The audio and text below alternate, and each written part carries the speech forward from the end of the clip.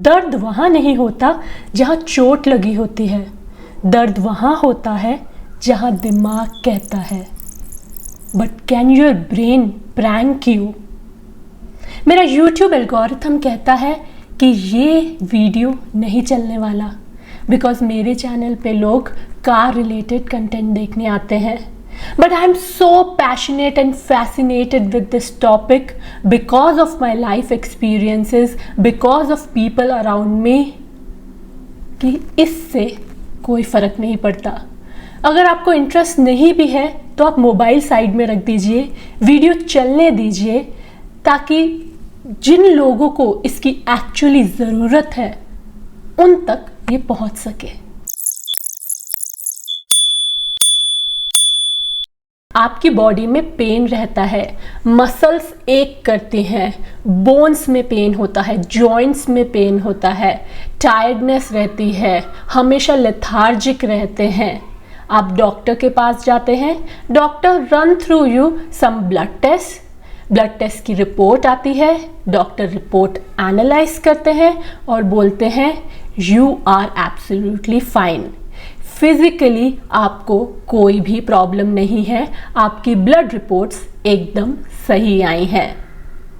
And here the fascinated functionality of the human brain starts. ये है anatomy of brain and limbic system. Limbic system is like a wiring system of nerves. यह आपकी body और mind के बीच में connection बना के रखता है। जो भी आपके सारे बेसिक इमोशंस हैं, जैसे भूख लगना, दर्द होना, खुशी महसूस होना, गुस्सा आना, ये सब आपकी बॉडी और माइंड के बीच में ये लिम्बिक सिस्टम के थ्रू ही ट्रैवल करता है in the form of chemicals and hormones. और इसमें इस लिम्बिक सिस्टम की मदद करता है थैलेमस एंड हाइपोथैलेमस। हाइपोथैलेमस को इस तरह से समझिए जैसे वो एक मैनेजर है, उसके हाथ में सब कंट्रोल है, पर जो थैलेमस है वो एक्चुअली डेवलपर है जो एक्चुअल ग्राउंड लेवल पे काम कर रहा है। वो ही रिले इंफॉर्मेशन करता है माइंड से बॉडी में, बट हाइपोथैलेमस पूरा कंट्रोल रखता है एंड इंश्योर करता है कि आपकी बॉडी और माइंड स्टेबल रहे। अब जब आप किसी स्ट्रेसफुल सिचुएशन में होते हैं, जैसे किसी जॉब इंटरव्यू से पहले या फिर किसी इंपॉर्टेंट मीटिंग से पहले, हाइपोथैलेमस आपकी बॉडी को स्टेबल रखने के लिए थैलेमस से बोलता है कि कुछ करो, प्रॉब्लम आ रही है, स्ट्रेस है। तो थैलेमस सोचता है कि 2 वीक पहले जब मैंने बॉडी में वायरस और इन्फ्लेमेशन देखा था तो मैंने इम्यून सिस्टम को जाके बता दिया था। इम्यून सिस्टम ने एक्शन लिया था, इसे थोड़े दिन बॉडी एक फीवर रहा था पर फिर ये ठीक हो गया था, तो अभी भी मैं वही करता हूँ। तो थैलेमस जाके इम्यून सिस्टम को बता देता है your immune system jumps into action like any other time. White blood cells release करता है वो और आपको एसिडिटी फील होती है, एसिड रिफ्लक्स होता है, बॉडी एक होता है, लेथार्जिक सा फील होता है, वॉमिटिंग सेंसेशन भी होता है, कभी कभी हार्ट बीट रेज होती है, पर आप कैसे तैसे इस डिफ़िकल्ट सिचुएशन से निकल जाते हैं और पूरी कोशिश करता है इम्यून सिस्टम कि आपकी वो मदद करे। अब आपकी मीटिंग तो ख़त्म हो गई, पर आपके दिमाग में घर की चिंता अभी भी है, ओल्ड पेरेंट्स की चिंता अभी भी है, बच्चों की पढ़ाई, जॉब बनी रहे, ये सब बातें चलती ही रहती हैं। इसलिए आपकी बॉडी को स्टेबल रखने के लिए time to time hypothalamus thalamus को बताता रहता है कि कुछ करते रहो, सबकॉन्शियस माइंड में चिंताएं चल रही हैं। इसके लिए थैलेमस टाइम टू टाइम आपके इम्यून सिस्टम को बताता रहता है और आपको कांस्टेंट बॉडी एक रहने लग जाता है। आपको कांस्टेंट लेथार्जी रहने लग जाती है। सो इट नोवेयर मीन्स कि ये आपका पेन रियल नहीं है, क्योंकि ये ब्रेन से आ रहा है। सारे पेन ब्रेन से ही आते हैं। आपका पेन एकदम रियल है, आपकी बॉडी बिल्कुल एक कर रही है, क्योंकि आपका इम्यून सिस्टम फाइट करने की कोशिश कर रहा है। थैलेमस एकदम राइट इंफॉर्मेशन दे रहा है आपके इम्यून सिस्टम को, there is a fear and problem, इसलिए इम्यून सिस्टम एक्शन में है, इसलिए आपकी बॉडी एक कर रही है। और इस प्रॉब्लम का ट्रीटमेंट हमें बिल्कुल वैसे ही करना चाहिए जैसे किसी भी और फिजिकल बॉडी की बीमारी का हम ट्रीटमेंट करते हैं। अब ट्रीटमेंट की बात करते हैं। ट्रीटमेंट का फर्स्ट स्टेप है awareness, being aware that stress, worrying, fear, your problems can cause physical pain. Now let's go towards the second step of the treatment, which is non-medicinal. यहाँ पर आपको अपने माइंड को समझाना है कि उसे चिंता नहीं करनी है, उसे रिलैक्स करना है। ये आप कैसे कर सकते हैं? मेडिटेशन से कर सकते हैं, योगा से कर सकते हैं, कुछ क्रिएटिव एक्टिविटीज़ कीजिए, हेल्दी लाइफस्टाइल रखिए, डिसिप्लिन्ड रहिए, सुबह जल्दी उठिए और अफेक्शन शो कीजिए अपने लव्ड वंस को, उन्हें हग कीजिए, हैव सेक्स।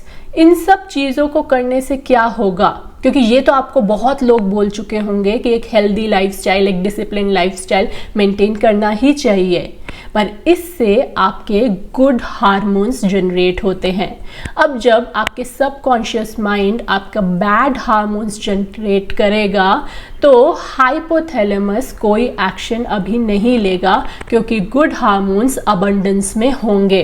इसलिए वो बोलेगा कि अभी ज़रूरत नहीं है ये जंग लड़ने की, अभी आप कोई एक्शन मत लो, अभी इम्यून सिस्टम को ओवर एक्साइट होने की ज़रूरत नहीं है। और ये जो ट्रीटमेंट है ये एक 8 साल का बच्चा भी ट्राई कर चुका है और एक ये 80 साल का बूढ़ा भी ट्राई कर चुका है, and this treatment works. There are many success stories जिन्होंने ये ट्राई किया है, अपने इम्यून सिस्टम को, हाइपोथैलेमस को अपने कंट्रोल में लाए हैं, अपने माइंड को अपने कंट्रोल में लाए हैं और ये जंग उससे वापस ली है, अननेसेसरी अपने इम्यून सिस्टम को ओवर एक्टिव होने से रोका है। इसके साथ ये बता दूं कि आपको अपने ब्रेन को एक बच्चे की तरह ट्रीट करना है इस ट्रीटमेंट के दौरान। जैसे आप एक दिन बच्चे को खाना खिला दें और फिर अगले दिन ये नहीं बोल सकते ना कि अबे ये क्यों रो रहा है, इसे कल तो हमने खाना खिलाया था। नहीं, आपको रोज़ बच्चे की केयर करनी पड़ेगी, रोज़ उसे खाना खिलाना पड़ेगा। वैसे ही आपको अपने हेल्दी ब्रेन के लिए ये एक्टिविटीज़ रोज़ करनी पड़ेंगी ताकि आपके गुड हार्मोन्स अबंडेंस में रहें, आपके बैड हार्मोन्स नहीं जीत पाए और आपका इम्यून सिस्टम शांत रहे। Now if you have tried all of this पर ये बच्चा कंट्रोल में आ ही नहीं रहा है, then you need to visit a psychiatrist। अब मैं थर्ड स्टेप में इसको इसलिए बोल रही हूँ, मैं चाहती तो ये हूँ कि आपके सबके पास अवेलेबिलिटी रहे, आप अप्रोच कर पाए एक साइकेट्रिस्ट को, but I know the stigma, the money it involves, क्योंकि आजकल 1500-2000 तक साइकेट्रिस्ट लेते हैं। तो आई नो सबके पास ये ट्रीटमेंट नहीं हो सकता है, पर आपको डेफिनेटली कैसे भी करके जाना चाहिए अगर आप इस ब्रेन चाइल्ड को कंट्रोल नहीं कर पा रहे हैं तो। अब ये जो मेडिकेशंस होती हैं अल्टीमेटली ये क्या करती हैं? ये मेडिकेशंस गुड हार्मोन्स ही क्रिएट करती हैं। वही डोपामीन, आपने सुना होगा, वो डोपामीन जनरेट करती हैं। अच्छा, मैं आपको बता दूं मैक्सिमम डोपामीन सुबह जनरेट होता है, तो अगर आप वही सुबह 5-6 बजे उठें तो आपको मैक्सिमम डोपामीन मिलेगा और आप एक good amount of good hormones collect कर सकते हैं before you get started with your day. और not to go off topic, जो थर्ड स्टेप है वो है साइकेट्रिस्ट के पास जाइए, मेडिकेशन स्टार्ट कीजिए। एटलीस्ट आपको एक जंप स्टार्ट मिल जाएगा उससे, क्योंकि आपको ये जो है second step of treatment of handling and taking care of your mind, for a healthy mind, वो तो करते ही रहना पड़ेगा। क्योंकि जो ये मेडिकेशंस होते हैं इसके साइड इफ़ेक्ट्स होते हैं। अगर आप लॉन्ग टर्म तक एंटी डिप्रेसेंट्स वगैरह लेते हैं तो आपको ग्लूकोज लेवल आपके इंक्रीज़ हो सकते हैं, आपको ब्लड प्रेशर्स हो सकता है। तो इसके लिए आप कोशिश कीजिए कि आपको इन मेडिकेशन से एक जस्ट जंप स्टार्ट मिल जाए, और आप उसके साथ आपका जो पैरेलल में ये सेकेंड स्टेप ऑफ ट्रीटमेंट है to live a healthy life, to ensure to keep on generating good hormones, वो बना रहे। अगर आप वीडियो के यहाँ तक पहुँच चुके हैं और आपने मेरी सारी बात सुनी है, then I am sure you are going through this. क्योंकि कोई और जो इस चीज़ को एक्सपीरियंस नहीं कर रखा है वो ये सब बातें सुन ही नहीं सकता, क्योंकि वो रिलेट नहीं कर सकते हैं। सो आई होप कि आपको मेरी इन्फॉर्मेशन से कुछ बेनिफिट मिले, आप अपने आप से जो जंग लड़ रहे हैं वो आप जीत सकें। More power to you. अगर आपको कुछ क्वेरी हो तो आप कमेंट कर सकते हैं। अगर आप कमेंट नहीं करना चाहते तो मैं ईमेल आईडी दे दूंगी, आप ईमेल कर सकते हैं। मैं कोशिश करूंगी अगर मैं कुछ मदद कर सकती हूं तो मैं आपको रिप्लाई करूंगी। इसके साथ मैं ये वीडियो यहाँ पर एंड करती हूँ, and I will see you in another one.